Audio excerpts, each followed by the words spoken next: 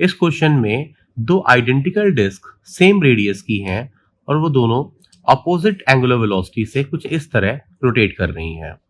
There are 2 points P and Q जो भी nearest locations पर हैं, मतलब एक दूसरे को फेस कर रहे हैं, और इस समय उन दोनों की वेलोसिटी कुछ इस तरह नेगेटिव y डायरेक्शन में होगी। अगर दोनों की वेलोसिटी एक्चुअली r ओमेगा होगी और अगर हम रिलेटिव वेलोसिटी निकालें तो इस मोमेंट पे रिलेटिव वेलोसिटी 0 आएगी, तो हम कह सकते हैं t equals to 0, relative velocity is 0। अब उसके बाद जब ये दोनों वेलोसिटीज कुछ एंगल टर्न हो जाएंगे तो इनके बीच में रिलेटिव वेलोसिटी डेवलप हो जाएगी। तो हमें relative velocity as a function of time का ग्राफ बनाना है। देखिए, इनकी हम सबसे पहले ये देखेंगे इनकी रिलेटिव वेलोसिटी कब कब 0 होगी।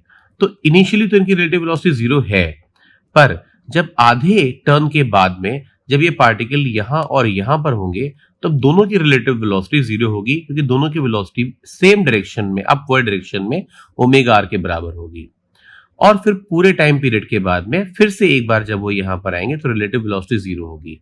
सो हम कह सकते हैं कि एक रोटेशन में इनकी रिलेटिव वेलोसिटी 2 ही बार 0 हो रही है, एक बार इनिशियली यहां पर और एक बार एक्सट्रीम पॉइंट्स इन दोनों पर।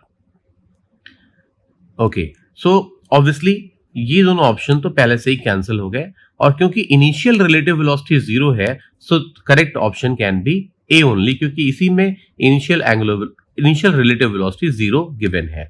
So answer is a. Thank you.